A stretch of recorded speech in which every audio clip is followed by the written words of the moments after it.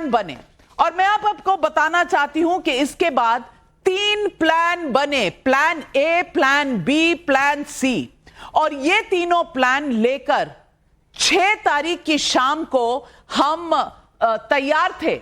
हमारे सारे जो डिफेंस सर्विसेज के विशेषज्ञ हैं, तीनों service chief of defence services और अजीत डोभाल, तीनों प्लान लेकर, बीच बीच में जो लोक कल्याण मार्ग पे मीटिंग होती थी, प्रधानमंत्री की ब्रीफिंग होती थी, वो अलग है, लेकिन प्लानिंग की जो 47 मीटिंग हुई, ये plan A, plan B, plan C, ये तीनों प्रधानमंत्री को दिखाए गए, बताए गए, और उसके बाद जब तैयारी हो गई तो 6 तारीख की शाम को यह तय हुआ कि आज टेरर कैंप्स को स्ट्राइक होगा। आप याद करिए उस रात को, और उस रात को नई दिल्ली में रायसीना हिल में कोई भी नहीं सोया, कोई भी नहीं सोया। और ये plan A, plan B, plan C के असेसमेंट के पैरामीटर्स तय किए गए, और पैरामीटर्स क्या थे मैं वो भी आपको दिखाना चाहती हूं।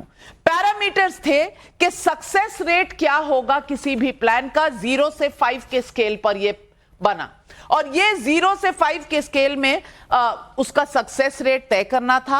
अपने हथियार और उनकी रेंज क्या है इसके कैलकुलेशन के बीच में बना, क्योंकि हमें एलओसी क्रॉस नहीं करना था। उनके हथियार और उनकी रेंज और उनकी तैयारी क्या है, यानी कि पाकिस्तान की, उस पर भी बहुत दारोमदार था, वो भी देखा गया। और इंटरसेप्शन का चांस किसमें सबसे कम है, उस हिसाब से प्लान बनाए गए और रेट किए गए। ये अगर आप देखें तो ए, बी, सी पर ये चार फैक्टर्स के हिसाब से ए, बी, सी में चॉइस हुए।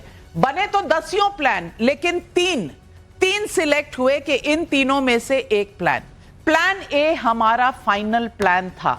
शाम को 6 तारीख को यह तय हो गया कि प्लान ए के साथ जाएंगे, और लगभग मिडनाइट के बाद जाएंगे। ये बस मुट्ठी भर लोगों को पता था कि ऑर्डर दिया जाएगा, किसी को पूरी पिक्चर नहीं पता थी कि क्या ऑर्डर जब जाएगा तो क्या होना है। ये अलग अलग तरीके से बताया गया था ताकि इंफॉर्मेशन लीक ना हो। प्लान ए के तहत स्ट्राइक की जानी थी, यह भी तय हो चुका था। 1:05 पर स्ट्राइक हुआ, यह हमें पता है क्योंकि यह समय सरकार ने ट्वीट किया था एडीजीपीआई में। 11:10 पर प्लान ए छोड़ा गया और प्लान बी पर जाया गया। बहुत बड़ी बात मैं बता रही हूं, प्लान ए छोड़कर प्लान बी सिलेक्ट किया गया, और 2 घंटे पहले जब यह हुआ, यह चेंज इसलिए हुआ क्योंकि इंटरसेप्शन का रिस्क प्लान ए में कुछ हद तक बढ़ा था, और हमारी इंटेलिजेंस इतनी सटीक थी कि हमने उस प्लान को छोड़ा, क्योंकि जो 4 फैक्टर्स थे जिस पे रेटिंग होनी थी, उसमें वो प्लान ए को रोक दिया, उसको रोक दिया, और प्लान बी पर गए क्योंकि वहां रेटिंग ज्यादा हो गई, इंटरसेप्शन का चांस कम हुआ। और मैं पूछना चाहती हूं गौरव आर्या जी, मेरे तो रोंगटे खड़े हो रहे हैं जब मैं ये सुन भी रही थी, जब मैंने अपने सोर्सेज से बात की, और आज भी मैं आपको बता रही हूं तो रोंगटे खड़े हो रहे हैं। मैं पूछना चाहती हूं, क्या ये अक्सर होता है कि एक प्लान हो, 2 प्लान हो, ज्यादा प्लान बनते हैं और लास्ट मिनट में चेंजेस होते हैं? जी, ये तो बात है कि मल्टीपल प्लान्स बनते हैं नाविका, और मल्टीपल सिनेरियोज वॉर गेम करे जाते हैं, ये तो तय है। बड़ी इंटरेस्टिंग आपने बात बताई कि ये लोक कल्याण मार्ग में मीटिंग नहीं हुई, और मुझे बाद में रियलाइज हुआ कि क्यों ये लॉजिकल है, because it was being led by a spy.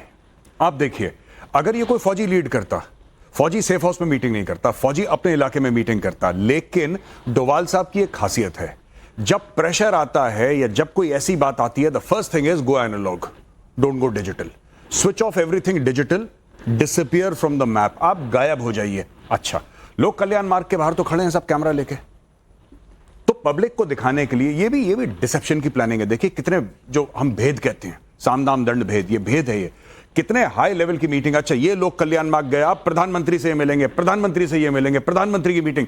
अब ये पता लग रहा है कि भाई असली मीटिंग तो हो चुकी थी कहीं और सेफ हाउस जिसका कोई लोकेशन नहीं था कहीं पे, वहां पे आप देखिएगा, जितना मैं गेस कर सकता हूं, ना वहां पे मोबाइल टावर काम करता होगा, वहां पे एवरीथिंग ब्लॉक्ड, जिसको हम कहते हैं कि कोई भी ऐसी चीज, ना स्मार्ट वॉच ना मोबाइल फोन, कोई ऐसी चीज नहीं आपके तन पे जिससे आप ट्रैक हो सके। जस्ट गो एनालॉग एब्सोल्यूट, मानिए कि आप 100 साल पहले हैं।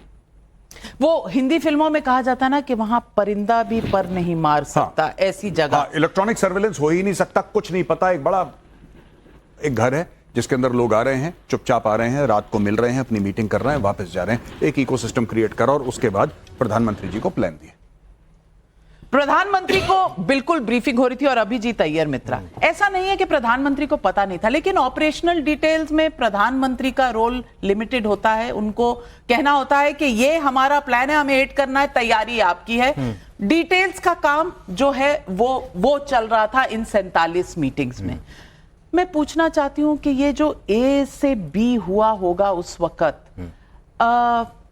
पाकिस्तान जायजा ले रहा होगा कितनी उनकी इंटेलिजेंस थी, क्योंकि उस रात जब ये स्ट्राइक हुए तो कहा तो ये जाता है कि नील बटे सन्नाटा था, पाकिस्तान को कुछ पता नहीं था।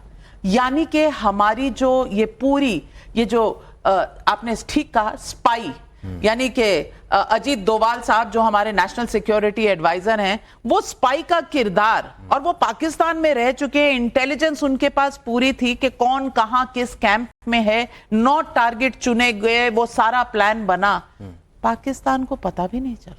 देखिए, इंटेल का तो ये होता है ना, अगर दुश्मन को पता चल गया कि आपके पास वो इंटेल है तो वो इंटेल है ही नहीं, वो डिसइंफॉर्मेशन हो जाता है, वो डेलिबरेटली फेड हो जाता है। जितना हमारा 21 स्ट्राइक हमने किए 9 टारगेटों पे, सब के सब सक्सेस निकले, इसका मतलब है कि उनको कुछ पता ही नहीं था और उनको ये भी लग रहा था कि बस एक दिन का हमने 3-4 गुना बालाकोट करना है फिर से। हमने बस डे 1 पे नहीं किया, उन्होंने डे 1 के लिए शायद प्रिपेयर करके रखा था, पर डे 2, डे 3, डे 4 के लिए दे वर नॉट प्रिपेयर्ड। जो मसूद अजहर के जो 10-12 जो खानदान के लोग मरे हैं, उससे क्या पता चलता है? हमारे पास ह्यूमन इंटेलिजेंस था ऑन द ग्राउंड। अब पता नहीं, शायद मसूद अजहर का भांजा या ऐसे कुछ कोई हनी ट्रैप में फॉल करके हमने उससे इंटेल निकाला हो, मेरे को क्या पता। और ये भोलारी में तो प्योरली इलेक्ट्रॉनिक इंटेलिजेंस की वजह से है कि हमने देखा कि वो कब आया, कब गया, कब बंकर के अंदर गया, फिर जाके आपने मारा। अब ये देखिए, ये एक ही बेस नहीं है जहां हमने बंकर को मारा है, जेकबाबाद में भी हमने मारा है बंकर। अरे अभी तो आप बहुत आगे जा रहे हैं, अभी तो 6 तारीख की शाम है, और 6 तारीख की शाम जब ये प्लानिंग चल रही थी तो एक वॉर रूम क्रिएट किया गया, और उस दिन ये वॉर रूम अजीत डोवाल जी के घर पे था। ये वॉर रूम अजीत डोवाल जी के घर पे था, और 6 बजे से लेकर अगले दिन ये अगर आप देखें, यहां ये रिप्रेजेंटेशन है, हमने एआई जेनरेटेड रिप्रेजेंटेशन किया है, मिनट मिनट की जानकारी और हडल यहां था, और यहां से एक एक मिनट, एक एक डेवलपमेंट की जानकारी प्रधानमंत्री को लोक कल्याण मार्ग में दी जा रही थी।